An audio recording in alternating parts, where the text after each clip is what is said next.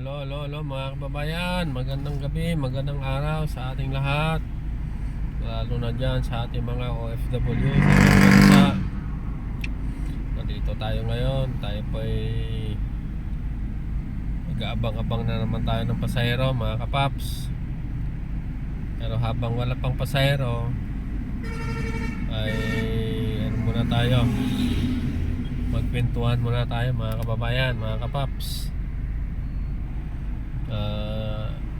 Nadinig nyo na naman siguro mga kapaps, mga kababayan, itong ating ombudsman na si Martires nagpalabas na naman ng kanyang kaso kay Sara Lustay. Bakit nung araw hindi mo sinampahan, nagsimula sa Quadcom? Kung kaya na magsisimula ng impeachment trial, mag-file ka ng complaint against sa amo mo, ba? Dami nga nagsabi ng mga abogado na bakit ngayon ka lang nag-file? Mag-start na yung impeachment trial, tapos ikaw malapit ka na rin matapos sa pagka-ombudsman mo, sekretary mo dyan sa ombudsman, para mag-file ka ng kaso at binibigyan mo ng ilang araw para sumagot si Sara Lustay. Ayun Sara Lustay pupunta naman ng Australia.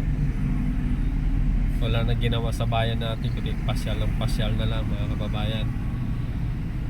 Ayaw harapin ang kanyang kaso sa impeachment, pasyal. Itong kanyang mga alipores naman, pilit na pinagtatakpan ang katotohanan. Nakakahalata na tuloy kayo na marami talagang kabalastugan itong Sara Lustay na ito. Halatado na kayo mga mga alipores ni Sara Lustay. Mula Senado papunta ombudsman, wala lang ginawa kundi pagtakpan ang katotohanan. Ayaw nyo ilabas ang katotohanan. Kahit anong pagtakpan nyo, may usok pa rin nalalabas, diba? Usok pa rin, yan ang kasabihan. Kahit anong tago ka ng tago ng sikreto mo, may usok pa rin na lumalabas mga kababayan. Kaya ganyan yan si Sara Lustay, kaya ganyan yan ang kanyang mga alipores, kung ano-anong ginagawa na lang. Kaya kawawa bayan natin pag yan ang magiging presidente. Kaya sana matuloy na itong impeachment trial na ito mga kababayan. Kaya nakakapikon, at lalo na itong ating Senate President, lagi nating ulit-ulitin, ating Senate President na si Chis Escudero, na si Chis Caldero, palagi na lang sinasabi kung ano-ano para siya na ang naging mataas pa sa ating konstitusyon. Siya na ang batas, siya ang above the law. Dami paprisko nitong si Escudero, diba mga kababayan? Ngayon ito na naman ombudsman nag-file ng kaso ng graft and corruption kay Sara Lustay.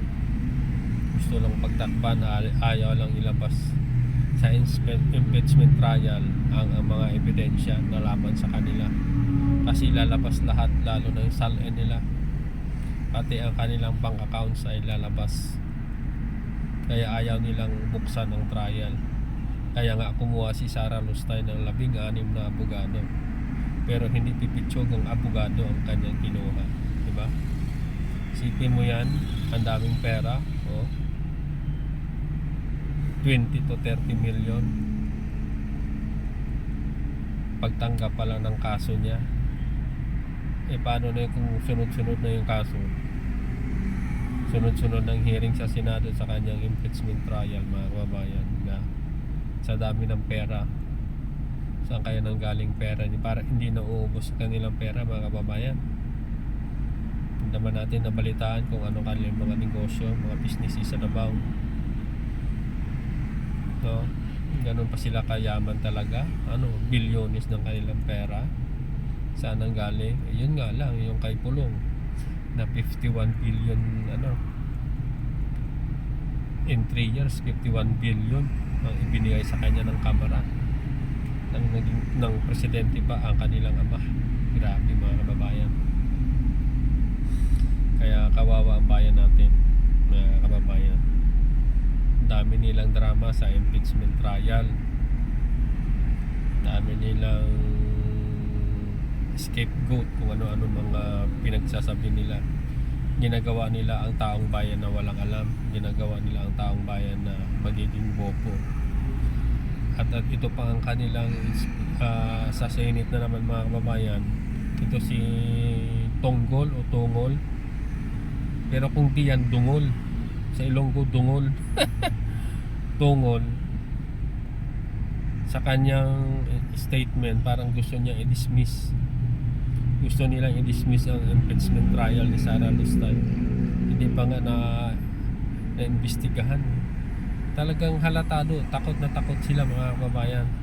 They are afraid na lalabas ang katotohanan at napapahiya sila mga kababayan. At mapapahiya ang kanilang mga supporters mga kababayan. Diba? So tayo, nasa tama lang tayo. Tayo, buwatikos din tayo sa government, lalo na si PBBM. Masyadong malamya. Minsan, dapat maging matatag siya. Yun ang palagi kong sinasabi, maging authoritative siya sa lahat ng bagay. At hindi lang siyang dapat lagi rin siyang pupunta sa mga lugar na dapat puntahan. Hindi lang yung nakabase ka sa papel na sinasubmit sa iyo ng mga sekretary mo. Ito natapos na, ito ganito.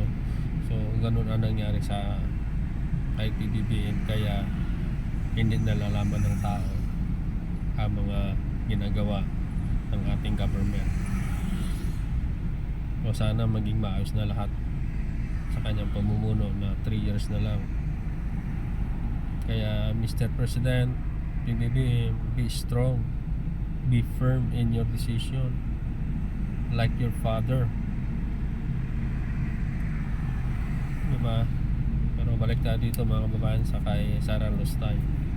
Yun nga, sa GMA7 na news na naman, pupunta ng Australia. Kawawa bayan natin mga kababayan. So maraming salamat po sa inyong panonood. God bless us all, lalo na sa ating mga OFW na may hanap buhay sa ibang bansa. Mahalin niyo po inyong hanap buhay. Mag-ingat po kayo. Mag-aantay ang inyong mga pag-anak dito sa ating bayan mga kababayan. O siya, sige, habang kayo ay mamahinga, ako naman ay maghahanap buhay. Alas 2 na ng madaling araw dito mga kababayan. Ganitong oras talaga ang biyahe ko sa Grab mga kababayan. O siya, sige, ingat na kayo dyan. Bye bye.